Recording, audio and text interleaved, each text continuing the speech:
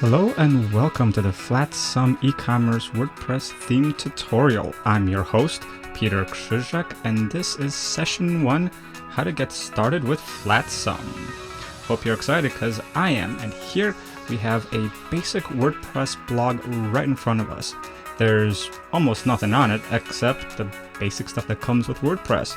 It's a fresh install with just the fresh data. So we'll be using this as a great place to start, to show you how things work, what are the mistakes you can make, and the basics of setting up Flatsome and WordPress to make it work and really get some value out of it. So let's get started. With our basic WordPress install, or even if with your existing site, the first thing you really have to do is install Flatsome. But there's one caveat.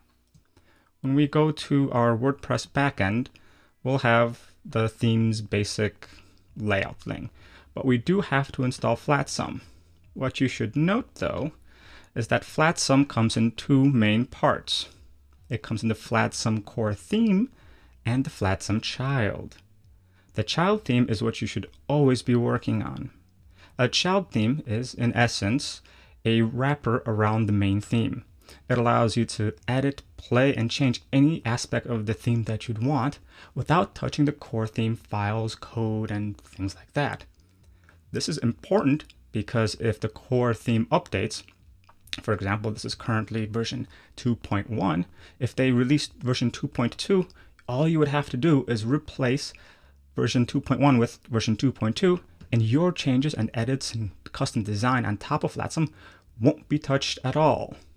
All they would do is bring in some fixes, some bug updates, and possibly some new functionality. So that's a really great place to start. To install it though, you do need to install the core files first. So we're going to do just that.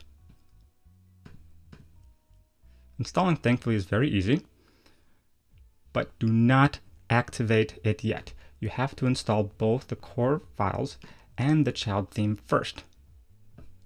So we're going to upload the child theme now. All right, now we have both the Flatsome child and the Flatsome theme installed. Since I just installed the child theme, we can now go ahead and click activate. Once we activate though, it's going to tell you about some required plugins that you need to use this theme before you can even get anything done up and out on the internet. You have to install these basic ones. It asks for these two, but also some recommended themes. I recommend that you install everything it asks for because that'll give you the functionality that they made this theme when they designed it and the ideas they had for it. So all you do is click on the install the plugins button, select all of them, and it'll start installing all of them for you. Thankfully, it installs and activates all those plugins. So once we go to this blog, as you saw, was plain and simple. I'm going to open this up in a new window. It's now the basic Flatsome theme. Already looks much better than the basic WordPress stuff that I had, right? So let's get going from here. Now that we've had it installed and the plugins activated, first things we have to do are edit the website basics and the theme basics. The website basics are, well, your basic information. Your title, your WordPress blog, the URLs, who it's going to email, and all that stuff. So this test website is called the Flatsome Demo theme site. And this is, well, my demo theme site. So the URL, that's my email, default subscribers. I'm in Chicago, so -5 right now, I think.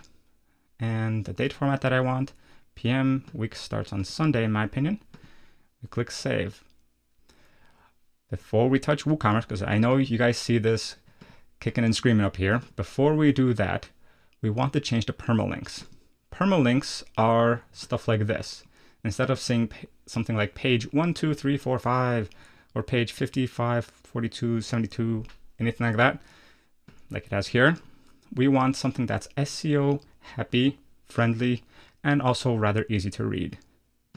The two most common options are by post name, or if you use custom structure, you can add category between the percent signs. So all you would have to do is add this /% category %, in front of what it had originally here. And it'll give you here, it'll give you something like business / the latest Forbes news that came out just this morning. So your title will be here and your category will be here of your posts, and sometimes your pages, depending on how you lay them out. Once you've decided which permalink structure you want to use, remember to scroll all the way down and click Save. Now, since we have the basics done, we want to install the WooCommerce pages. The WooCommerce pages, all it does is install the few basic pages that WooCommerce needs to work. For example, the checkout page, the cart page, and the basic product listing page. That's all it really installs. It installs a few more, of course, but those are the basics you need to know about. WooCommerce is what's used with the Flatsome theme, so no, you can't get around using WooCommerce with this one. But that's okay, because there's lots of stuff to do here, and we're going to get to WooCommerce in another video, because this one is about the basics of the theme. The theme, which we have right here, under Appearance, Theme Options, you have all these settings, and there's a lot of them. So let's go through them and to make sure that you're, well, hopefully not breaking anything. On the first screen that you'll ever see once you click into here are the global settings. This first option, enable minified CSS and JS, that's, do you want to minify or make smaller, remove the spaces, the tabs, and all those things from the design files and the JavaScript files, like the action stuff and the animations. Generally, I don't remember clicking this because I've had it break things, so for now we'll leave it unchecked. One thing that's really awesome though is they have a built-in builder, a page builder. Instead of building a WordPress website the usual way using the what you see is what you get type editor that's built into WordPress, which many say is not that great, because if you have ever worked with that editor, you'll know what I'm talking about. But if you don't, think of it like using a dumbed down version of Microsoft Word, except it's not that great. Remember when you try to resize some images in Microsoft Word and the image just flew around somewhere or text never fit right? Yeah, we have those problems here as well. So many plugins and software has been coming out to help alleviate that issue by replacing the editor with a proprietary one. In this case, it's the Flatsome Builder, but it's currently in beta, and that's okay. Maintenance mode, though, is if you're going to be working on the site and it's already live, you can enable this and it'll give you a, well, we're coming soon type message. So if we enable this, if we're logged in, well, we'll see what's going on. But, oops, let me open up Firefox for you. If we're not logged in, that's all we see. Nope, we're not here yet. Come back soon. That type of thing. But if you're logged in, by the way, remember, you will see everything that's going on here. If you want to leave this on or off while you're developing the theme, that's your personal preference. You don't have to, because though it will also enable it for the whole site. So for those of you who are bringing Flatsome theme into an existing website, you probably not want to enable this because you'll block out all your other users. This next section is pretty simple. You have your logo, your fave icon, and 2 custom logos for the cart and the dark logo. The logo is pretty self-explanatory. It's, well, your logo. The fave icon is that little icon in front of the URL that you sometimes see. The one for the Retina display is the one usually used for Retina displays, such as the Macintosh, and nowadays also used on the larger 4K displays and things like that. The custom cart icon is if you want a custom icon, which you don't want to use at the moment, for your shopping cart stuff. And the dark logo is generally an inverse logo that's used for transparent headers, or if you have something that really requires a different version of the logo. If you have a logo, I'd recommend uploading one now so you can see how it plays with your theme. In the next section, that's where things start to get a little bit complicated. We start with layouts. Layouts have 3 basic options that you can set to begin with. We have a full width, which is, well, a full width. It goes from the left all the way to the right of the screen, just like I have here. Then you have something called a boxed layout.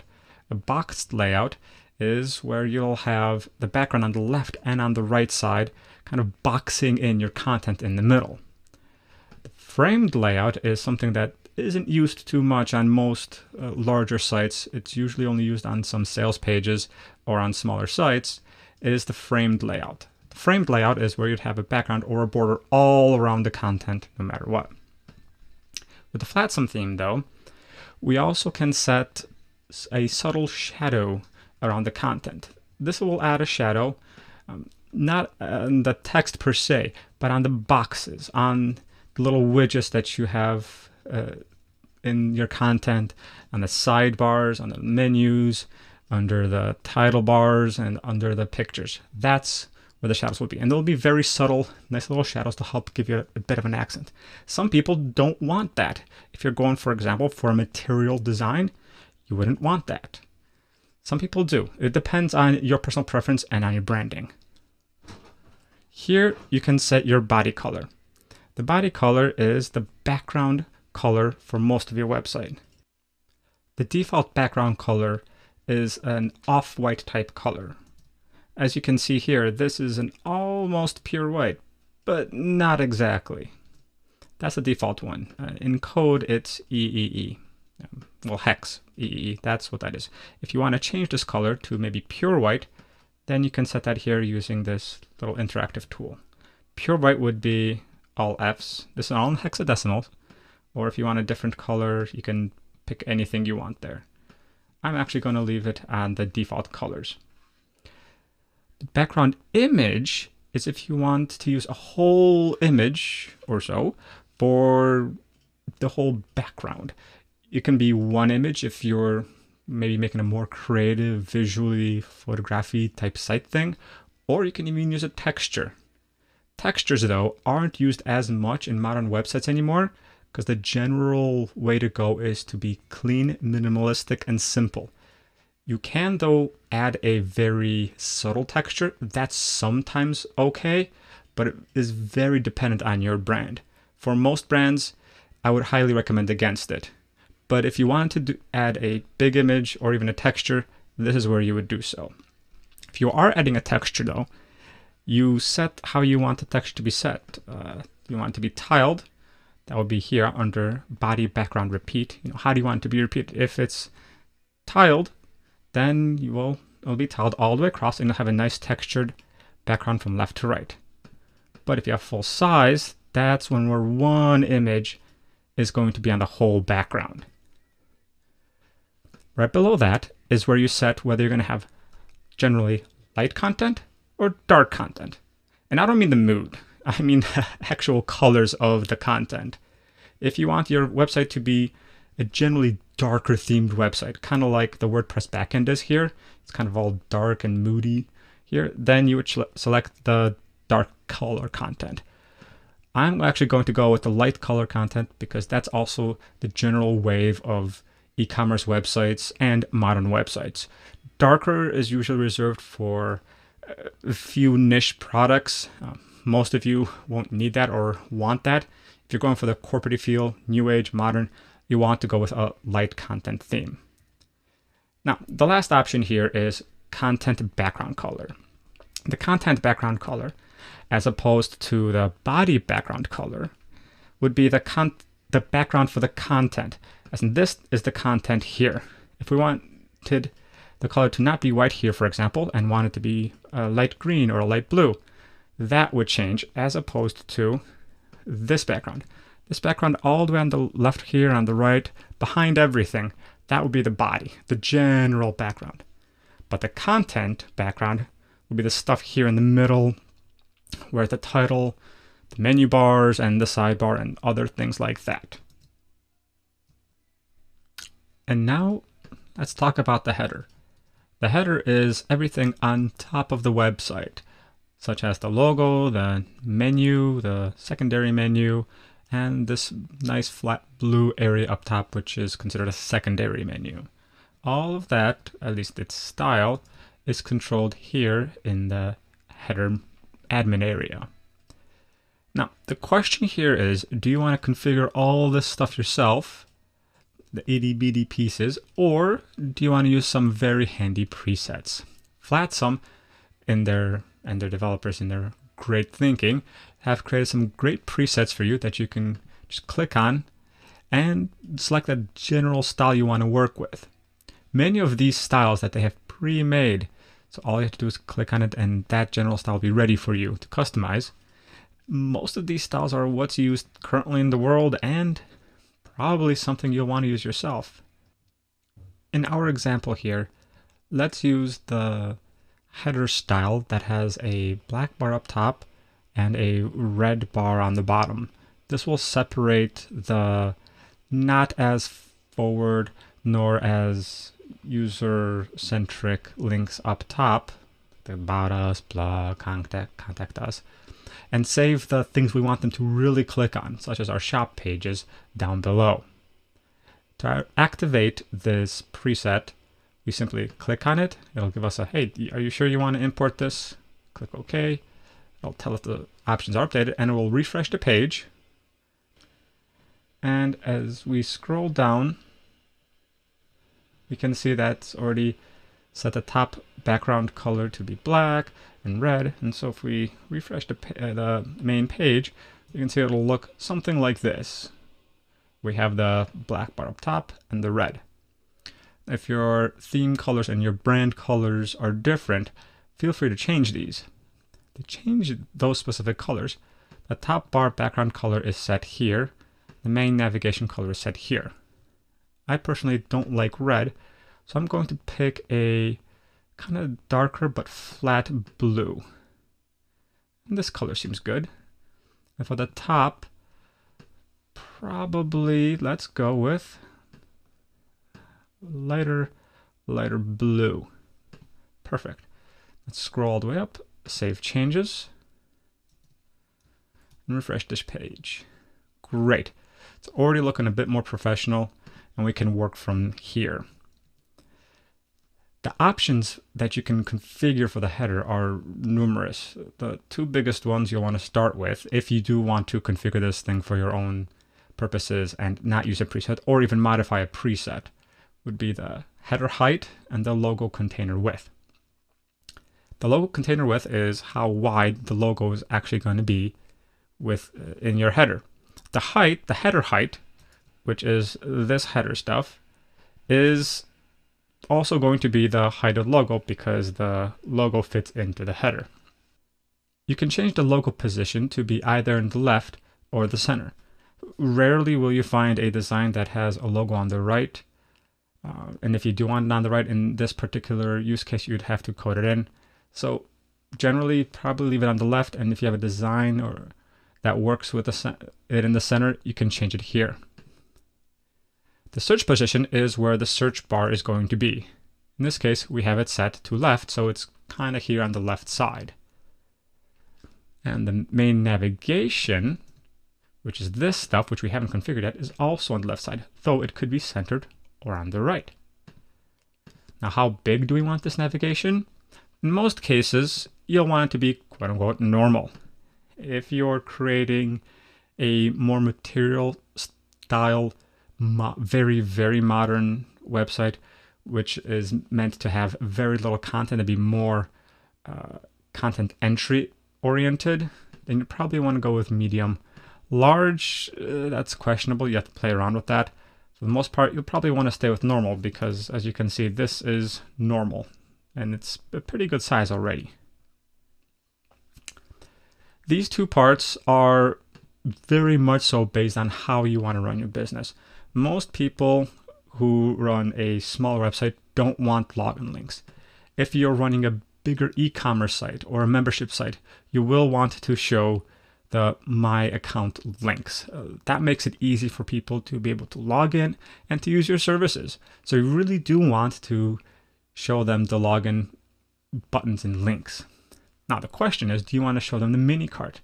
If you're not going to be selling much, you don't have to show them the mini cart. But generally, people are accustomed to seeing this. Though, then again, if you are using Flatsome without using the e-commerce parts for now, you can easily disable it here. And also, some people don't want to show it up here. You might want to show it here in the sidebar, or even just on the checkout page. It's your choice. Not everybody shows it up here. The right content is stuff that can be shown over here, and you can put almost anything that you want. And I say almost anything because there is a size limit to this, and as you can see, they only give you one bar or one text field, but you can put a lot in here. You can add HTML or even shortcodes. And I'm going to get into what shortcodes are and how to use them, especially in Flatsome. But for now, think of this as your free text area to put on the right side. Big question for you might be, do you, in the modern design world, do you want a sticky header, or do you want it to not follow you? A sticky header is one where if you scroll down, the header area will follow you down the page, especially the menu bar area. I've known a lot of people who do not like this because people are used to just scrolling back up and kind of want their vertical screen space. So for most things, you'll probably want to leave the sticky menu actually disabled, just because not many people like that sort of thing. So here, I'm actually going to uncheck it. And if you did want to keep it, this is how high it would be. Now remember on one of the previous tabs, we talked about content color. Same thing here. If you were using a dark theme, you'd be using this one, but here we're using a light one, so here we are. Now we can change the background color of the whole header, and that would be this area right over here. So if we have this teal blue here, and we don't want a white one here, well, we can change this to be black, we can change it to be yellow, red, or even a combination of these two colors somehow. That would be set right here. Or if instead we don't want a flag color and we want an image, well, that's what we would do here. For example, if you want a texture, the repeat here is what allows you to use the texture. Though, if you're going to use a texture, in this case, repeat X would mean repeat horizontally. So you will want to make the textured image as tall as the header, so to make sure that it repeats all the way through, up and across. A top bar and the top bar color, it's this stuff up here. You can put literally anything here, just like in the previous one. You can put any text you want here. Are you going to put social media icons, a phone number, contact information? Anything goes. And the main navigation is the main navigation. If you are doing something e-commerce based, I would generally recommend not putting a home button there. I'd recommend either putting your categories or your best-selling links there, links to specials, or generally link to things that people will want to take actions on. If you're big on e-commerce stuff and blogging, add the blog link in there as well. And if you are going to use those two menus, this main menu in the more prominent blue here and the secondary menu here, leave the non-action oriented things per se to the top menu. For example, the About Us page, the FAQs, some terms and conditions stuff, leave that up here. Here in the main menu, you want to have the big call to actions, the most used things you really want here, because that's where people are going to click most. Put everything that's not as important up and out of the way. And same thing for dark and light, and since our navigation is a bit darker, we want a light font. So we're using the darker theme setting for the menu color here. Now the full navigation right content menu is here. This stuff is what's right over here, the sign up for the newsletter. That's the full nav right menu content right here. Again, this can be shortcodes, HTML, just plain text, or anything we want. Once we have all the settings that we want, make sure to click Save All Changes. This theme does not have any auto-saving features in this, so make sure you, anytime you make changes, that you save all. Now let's configure the footer. The footer has some very basic settings, and since we just started this, it doesn't really have much for the footer. and the footer being all the stuff below everything all the time. The copyright text is the stuff on the bottom left. That's this stuff here, and that can be changed to whatever you need it to be. And instead of UX themes, here would be your company name, ABC Widgets, Acme Corp. And I almost always take out powered by WooCommerce, because why give them free links when there's no need to? If I were creating a theme for a client here, I would put created by and then my company's name. The footer bottom right content would go to the right here, probably under the sidebar. If you have something there, you can put it there. They recommend adding credit card images, especially if you're adding an e-commerce store. It is actually proven that if you add credit card images, it does build a bit of trust with the buyer, the potential buyer, and it does boost some sales. So if you are selling stuff, put some credit card images on there. All the types of base credit cards that you accept. The main color for the footer, especially the one you see by default here, is this one, the footer bottom bar background color. This is the bottom bar. And that color can be set here. And right above that, we can set the text color. And again, we're using the dark text color because we're using the dark theme, so the text will be light. Above that, we have something that's called footer 2 and footer 1. The footer 1 and 2 are extra footers that we can put that will actually go right above the bottom bar. And that can be things like your social media active widgets, more links, kind of the spread out, more linear fashion of about us, more FAQs. Some people even put pictures in there, rotating pictures from their portfolio. Or you can even put a newsletter sign up widget in there if that's your fancy. By default, Flatsome uses something really awesome for their fonts. By default, they use Google Fonts. Google Fonts is basically a collection of fonts that is hosted by Google on their servers that you can use for free. And they have a rather extensive collection. And it's not the biggest one, but there's some very good fonts there that you can use for absolutely free, and it's barely any server load on your stuff.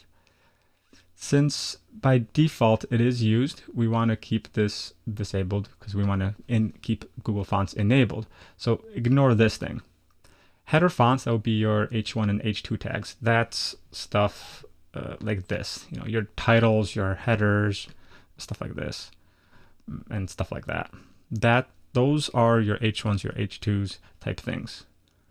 Text fonts, those are your basic paragraphs, your basic mini navigation links. That would be this stuff over here. This stuff is not really a title or a header.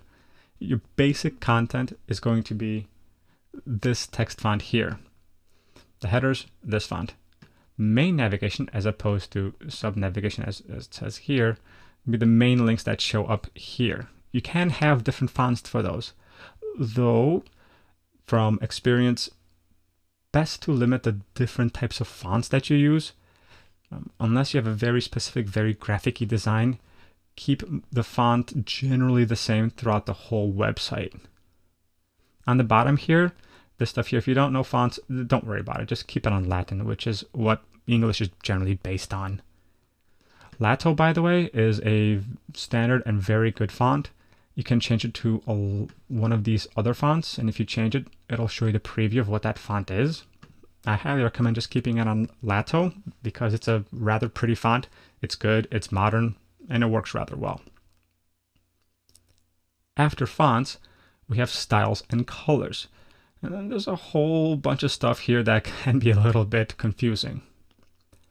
The primary color is the color used first and foremost on the basic design elements on your website. This would be the stuff for your buttons, your shopping cart icons, menu bar highlights, and things like that.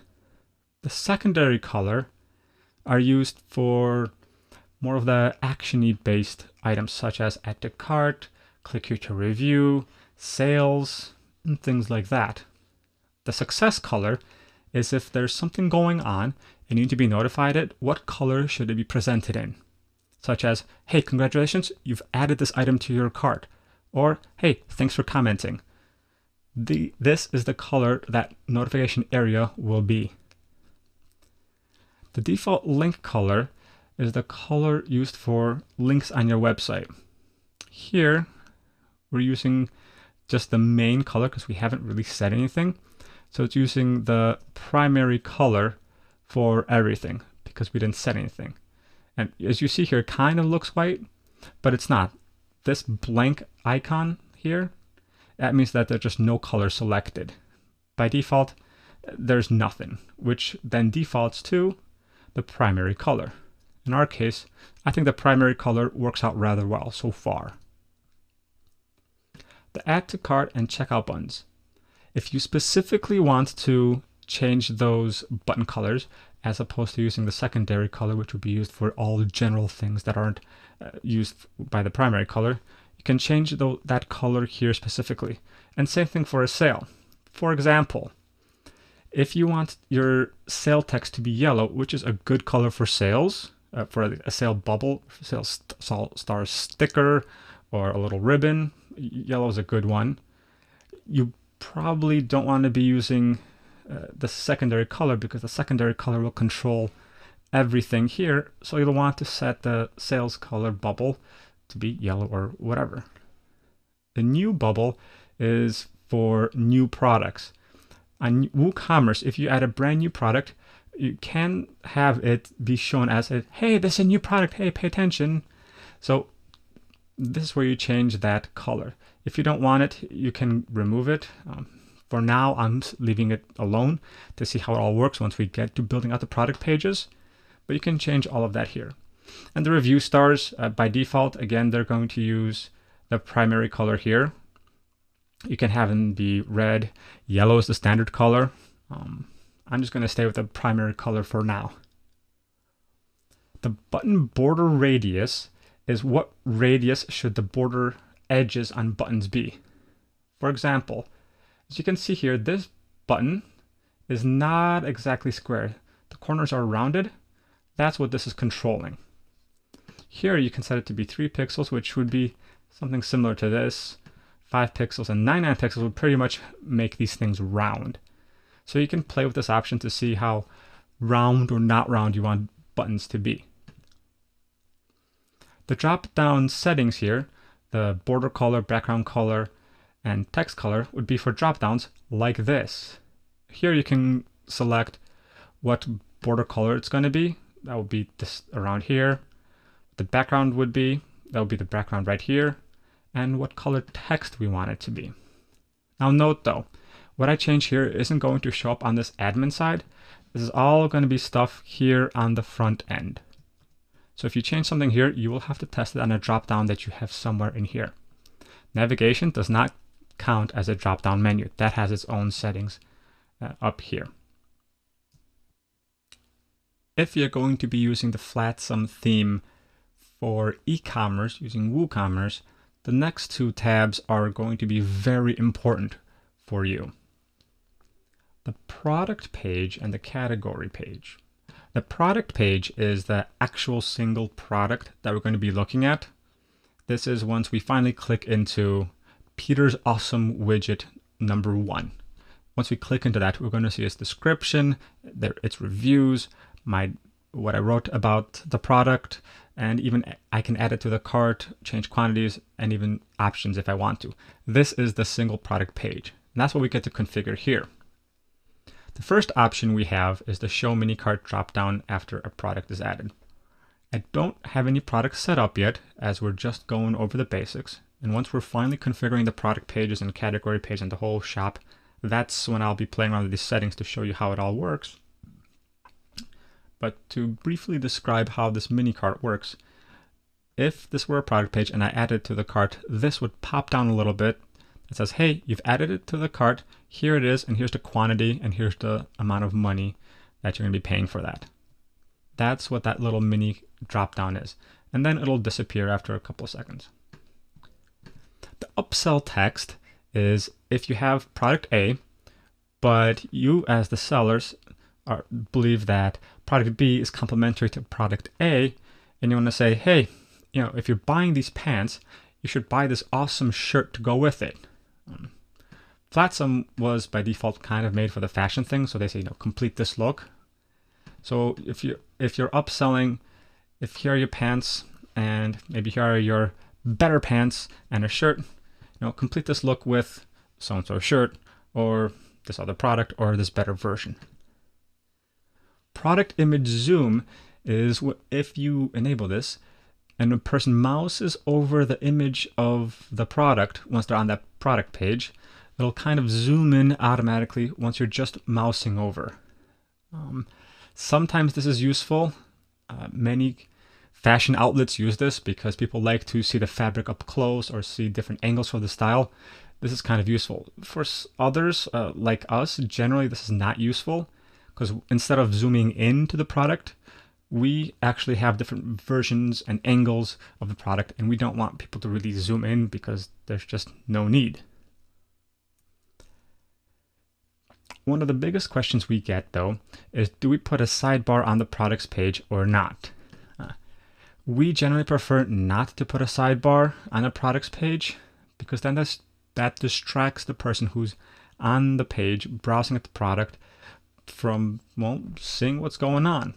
Though, here's the caveat. If you ever go to Amazon and you click on a product, you will still see that menu on the left side because they want you to always browse more. They want you to be able to compare and contrast. They want you to view varieties and options. Most of us don't have the luxury of having gazillions of products in our cart and to be able to sell. So whether you want a sidebar or not, that's a big business decision for you. We generally don't because we want to show our one single product that they're looking at front and center and nothing else. That's what we want them to pay attention to. And we also don't have too many things for them to compare to, so we don't see a reason to. Related products are products that are related to the current product somebody's looking at, whether it's related by name, related by category, or related by the tags that are set in the product. Here you can set how they're going to be shown, whether it's a little slider near it or a grid on the bottom, or you can just not show it. For now, I'm going to leave it on the default slider. Here also we can set how many related products we can show. 4 is generally a good number. I like to stick to 3 because I don't want to overwhelm people. And the maximum number of related products, probably 6. Or since we're using a slider, I'll leave it at 6. Or if you don't use a slider, maybe a grid. Maybe you want to leave it at the same number, so there's only one row. Generally, I believe that the less related products you show, the little bit better, especially on smaller shops. Again, if you have a bigger shop with many products and many varieties, yeah, probably show somebody a few different related products. For the rest of us, probably don't show too many. A few is okay, just not too many. And how we want to display more information about the product to people. Well, we can have tabs, tab centered, pill style, and I'll go through all of these, and it just shows you various types of ways, whether it's like a little tabby thing like this, stuff like that, or a tab that goes up and around, and you'll have a couple of these, and you can click through them. That's all this is saying. The accordion style, by the way, would be something similar to this. Tabs are what usually you see, especially on Chrome. You have those tabs up top to switch between different tabs and windows. Well, that's what that is. Next two options are the global tag section and title. If you want tabs and sections to have one more additional section that will be on every single product, irrelevant of which product it is, you can add it here. Most likely you won't need it unless you're running a store-wide promotion on all your products or something like that. Or if you have a small selection of products and somehow they're all related and you want to put some information about all of them here, that's where this would go. By the way, this is something that's unique to Flatsome. So not too many people are going to use this, but for those of you who are, make sure that your content is HTML friendly because it is going to be put directly into your products, and make sure thus then it's related to all the products, because this is all going to be shown for every single product, not just one or two or a category, for all of them. The last interesting part is to disable the product gallery scroll bar. The product gallery is extra images that you're adding to your product that aren't variations. For example, let's say I'm selling an iPhone case and I only have one color of the iPhone case, let's say white. My featured image, the main image, would be, let's say, the iPhone in the white iPhone case. In the product gallery, I would have an image from the side, from the back, from the top, in the case, with the phone in it, with the phone not in it, holding it in my hand, holding it next to my ear, and various types of angles I want to show. Variations are another thing which I'll get to soon. And remember, once we're done with the section, click Save Changes. Next is the category page. As opposed to a single product, a category page is the, page for the categories. Back to the iPhone example. A category could be iPhone cases. And if I'm a phone case maker, one category could be iPhone cases, another could be Android phone cases, or even Motorola cases, Samsung Galaxy cases, Google Nexus cases. All those are potential categories. Flowers, a flower shop might be bouquets, roses, arrangements, or even special occasion type things. If you're selling information products, well, it could be training products, downloadables, free stuff. There's a whole bunch of categories you can put. And here is where you control that page when somebody lands on and clicks on a specific category. The options we have is where do we want, for example, the shop stuff. The shop sidebar is what's going to show what's currently in your cart, what we want to be filtered by, and any other widgets that we want to show the user. This is all configurable, by the way, in the widgets section, and we'll get to that later. Now, when we are presenting our products to a potential buyer, well, how do we want to show it to people? Sometimes we want to show everything and as much as we can to them. And at other times, we want to show them as little as possible. And that depends on personal preference. Most people will probably want to stick to something like this because it looks modern and clean. This would be something more along the lines of something standard that we see every day. And by the way, whether you have the stars and the categories, names up there and all that stuff, that's configurable as well. Below that, we have the box style.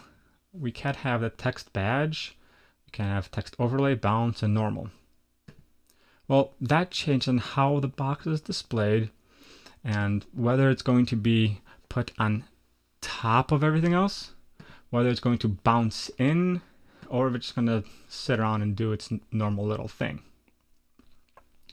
Breadcrumbs. There's a lot of debate in SEO whether breadcrumbs are useful or not. Flatsome and most of WooCommerce actually leaves it in for navigation purposes because stores can get rather complicated. This controls the font size, whether it's big, medium, or normal. The home breadcrumb is also debated if you need it or not. I don't know if a lot of people use it, as many people would either click on the shop link up top or your logo. Some people like it in. I personally don't know if it's used as much, but you can, and there's no harm, no foul. Here's how you control how many products are displayed on the category landing page. The 3 products per row is pretty standard for most WooCommerce and store designs. Another very common items per row setting is 4 items per row. Both of these are very, very standard and work very well for a majority of designs. Sometimes you want to go to 5, though rarely have I seen 2, and rarely have I seen 6 items per row. You'd have to be selling some very small stuff or just not care about the visuals as much. 3 or 4 is what you generally want to go for. Maybe if you're going for an Amazon color, you want to go for 6, but 3 or 4 is what you generally want to stick to. And products per page. That's how many products are going to be on that single page before somebody has to click next or previous to see more. You can enable blog and pages in the search results by clicking this little link. This will add all the blogs and all the extra pages, such as the FAQ, the terms, into the search right here and right here. Currently, this is the default sidebar, and it comes with a search bar up top here. And if we configure this, this will go away. But if you want pages and blog stuff to be left in here, we can and probably should. I always leave the blogs in there because I'm running generally content-focused websites. So I do want people to search for my products and for my blog posts. But if you're using Flatsome primarily for an e-commerce and for selling, you'll probably want to remove blog searching from your posts, because if you're primarily selling things, people are mostly going to be searching for your products and not for your blog content. So you can disable it here by removing that. I personally, since I'm content focused, I generally want blogs to be in my search. Here you can enable or disable the add to cart icon in the grid. That would be in this case 4 across and 3 down. Do you want the add to icon to be in that grid and on the products? Generally, people are not going to add a product without actually looking at it first. Sometimes they will, but generally I have it disabled because barely anybody ever clicks on that. They will go into the product first before adding it. As you know, most modern e-commerce stores have it that when you mouse over the product image, something will happen, whether the image fades, it changes to something else, it zooms in, it rotates, text pops up, something like that. The default option is to have it fade to back. What that means is normally the image that's shown is going to be the featured image, quote unquote, the front. When somebody mouses over the product image, it'll fade to the back side, aka the alternate image. Let's take the example of a greeting card. The primary / featured image, or called the front, would be the front of the greeting card that says, "Hey, happy birthday." The back would be the part where you write your name, your little message, and your little branding piece. So in fade to black, when somebody mouses over it, it would show the front first, and then when they mouse over, it'll show that alternate image, which would be the back. Your other options are to zoom in, which I generally don't recommend. Not too many people use that, because zooming in would primarily be reserved for the actual product page. Or you can disable it, which many people do. For example, Amazon doesn't do anything really. You just click on the product and that's it. In our case, we actually use fade to back because we want to show multiple angles of our product. The sales bubble style is the style of the sales bubble. You can have a circle, a square, or a transparent type square. We personally use this one because it's nice and simple. You can display the % sign instead of the sale sign in your sales bubble, which would be the like 20% off, 10% off, that type of thing. We don't do that because we just like saying sale. It's kind of more attention grabbing for what we do. And you can also disable the quick view. The quick view is an option where somebody could click the button to quickly see the product in a mini pop-out window instead of actually going into the product and navigating elsewhere. With Click View, they don't really navigate anywhere. It's just a very small in-page pop-up where they can see most of the product stuff, they can add it to the cart, and if they press escape, that thing fades away and they're back to where they were, in this case, the navigation. We actually use the Quick View because we like how people are able to just get a quick preview of what they're buying and then quickly see the next style and the next style and the next style. For us, that works rather well. In this example, I'm actually going to change the sales bubble style to the transparent box thing because it's going to go with a fun little minimalistic style that I want to go with. And I'm also going to disable the quick view.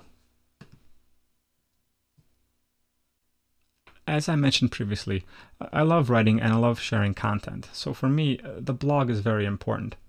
And that's what the next tab is all about. I'm going to configure this as we move further along into the training series. But for now, I want to teach you the basics of these settings so you can see what's going on and where you can set some stuff for your specific style once you get going, especially before you start going further into the series. On the blog list layout, and there are several types of blog styles in Flatsome.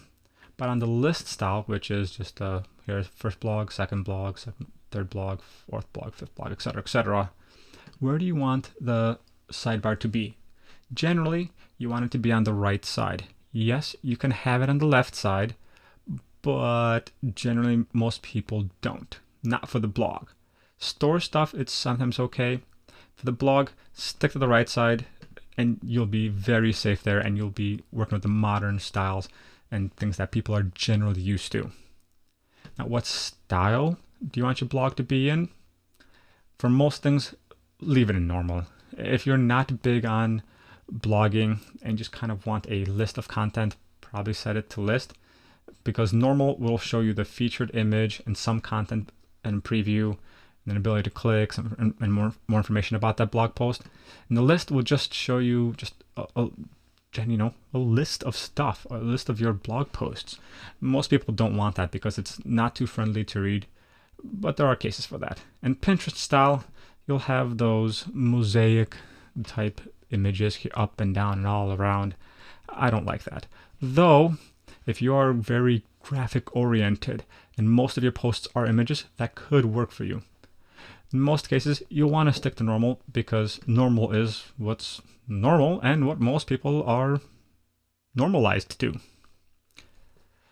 The blog header HTML is what stuff do you want on top of the blog area. Here you can enter anything you want. If you're running some promotions, or if you're running an extra content campaign which then leads to your products, you can put this here. This will show up on top of your blog landing page. You can add regular HTML, just text, or even blocks and shortcodes like this. What we use this for is to add specific sales information.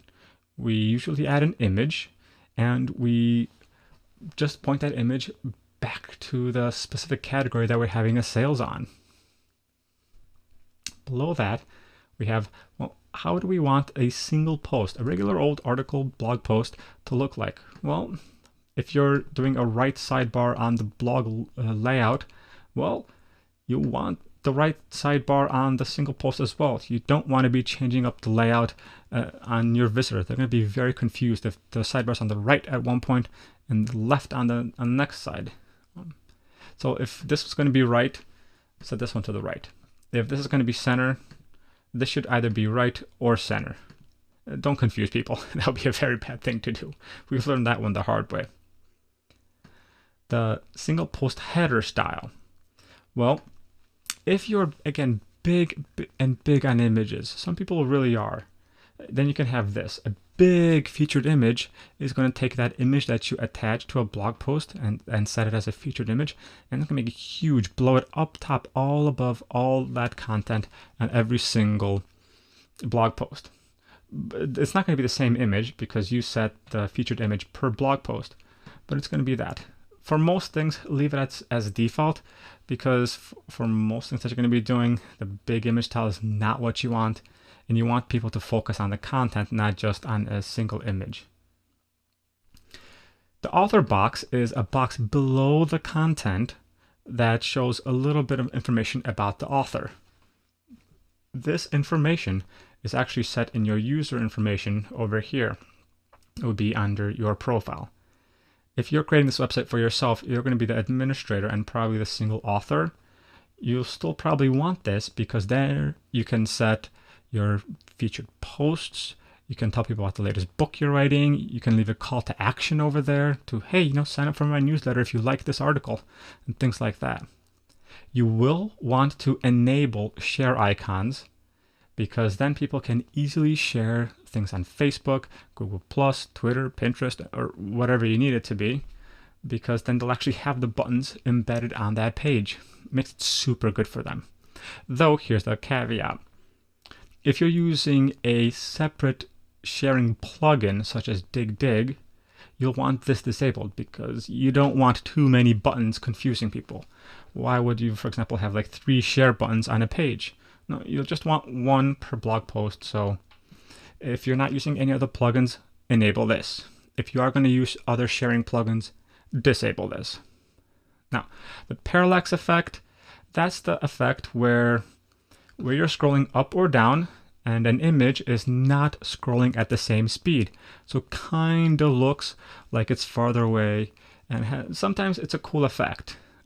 But know if you enable this, especially for the featured image, it is going to slow your website down. And I don't mean that your server is going to perform worse.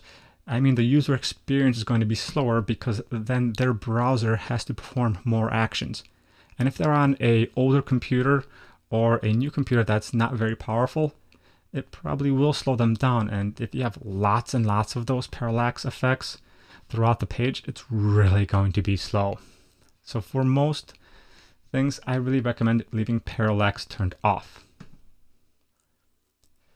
The featured items tab is related to the product page and the category page tab. Featured items are items that are specifically set and called featured. There's an actual button and setting for that. And by setting those items as featured, that puts them front and center and up in front before any other product in that category or on that page or in those search results. You probably should not be setting every single item to be your featured product. You probably should maybe put the stuff that's on sale or your brand new products. Or if you're running a promotion, feature those. So something important and something that you want more people to buy, put that front and center and set it featured. One of my recent clients was running a Christmas promotion. So out of the 15 products that they had, they set only 3 products to be their featured. 2 small sizes and a larger size. Those were up above, no matter what people are searching for. Those were always up top. And for the Christmas promotion, because those were being sold at 30% off, sold the most. It made it easy to find. They got special images. That was another thing they did for that one. And it was highlighted because it had sale and a featured image. Here, we set how they are shown on template pages, product pages, and things like that. On the archives and template pages, we'll probably want to leave this as it is, as 12. And this is not the same as on your category page because you can have one featured image and that'll show up above all the other categories and products. This setting is just for the archive page, the old page, the other stuff older stuff you generally don't care about. So just leave this at 12 for now. Related items to your featured items, just leave this at default. You don't really need to do much with this. And the featured items height, you probably want to leave this the same as well. Unless you're using something really small or much larger, you probably won't need to change this. Though, if you're adding products and you notice that it's not the same size as the rest of your products, adjust this up or down to match. Right now, I'm going to show you 2 things you generally want to not pay attention to right now because they're a little bit more advanced. First are HTML blocks. This is code stuff. If you know code, this is where you want to put your custom CSS and your custom scripts and code. Otherwise, you'll want to leave most of this alone. Probably the only part you'll want to touch, if any, might be the HTML home intro.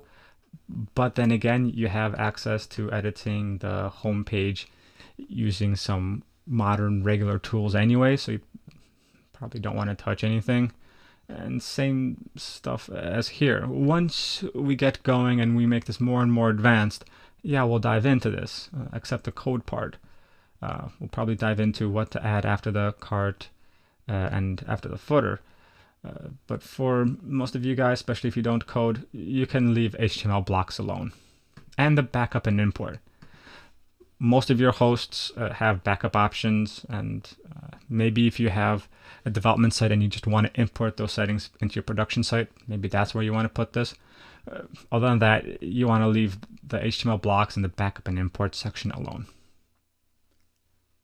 Catalog mode is, well, for lack of a better phrase, a e-commerce store minus the whole actual shopping part. It allows you to showcase all your products, all the same information. It just doesn't allow anybody to actually buy anything. This is good for, well, one, when you have a demo store, or two, when all you really need is somebody to call you and always say, hey, I found your product, give me so-and-so information and let me buy it. That's about it. Or if you want to showcase images, especially all paintings and stuff like that, that's a good place to enable catalog mode. For the rest of us, there's not much use. Here you have a few options that you can put some extra information about it, but I'm not going to go through it because it's not useful at this point. When we get into developing the website and a few variations of it, I'll get into this and show a few examples. The social and sharing aspects are very important for pretty much any single website. If you are actively selling and you want people to have a good experience, you probably will want to enable Facebook login and registration. This will allow people to super easily sign up for your website without having to enter too much information over and over again, which they have to do on all those websites. I'm actually going to enable this to allow my demo customers to log in via Facebook, but I'm not going to add any custom background images or custom text because I'm going to leave that at the default because that's good enough for what we're going to be doing. I'm also going to enable login and registration at checkout so that once somebody has finally added products, they can see, oh, hey, I can also log in with Facebook. Again, making it super easy for them. The share icons are, well, the icons we want to show people where they can share on. You'll generally want to enable Twitter, Facebook, Pinterest, and Google+. Email, not too many people really share via email, so you can disable that. If you don't have too many images, maybe you can disable Pinterest, but still some people still share via Pinterest, especially the image parts. So probably want to leave that enabled. If you're not big on Google+, feel free to enable or disable any of these. And once you do, remember, click Save Changes. Now, the last part is cart and checkout. Here we have only one option, and that's to enable coupons on the checkout page. Many of my e-commerce clients were really worried that we are showing people too many areas to enter coupons. And this is a big business decision on how you want to present these offers to people. Most of my clients have chosen not to show a coupon page on the actual checkout page. On the cart page, yes. But once somebody's on the checkout page, all we want them to focus on is entering that information and clicking checkout. And I agree with them. For any website that I set up, I always recommend leaving this disabled and not showing coupons on the checkout page because that adds another layer of complexity, another thing for somebody to get distracted by when checking out. When they're checking out, we just want them to pay attention to that and click that buy button. That's what we want them to do. So this, I'm going to not enable coupons at that checkout page. Well, that's it for session 1. We've gone over the basics of the Flatsome theme, how you can use it, and the basic settings of what's going on. I've showed you a little bit of the front end, but next time we're going to dive deep into the widgets area, how to change colors for our branding that may actually make sense, and get some products and content out there so you can really see how those settings affect things. So, see you session 2. Getting working stuff done in Flatsome.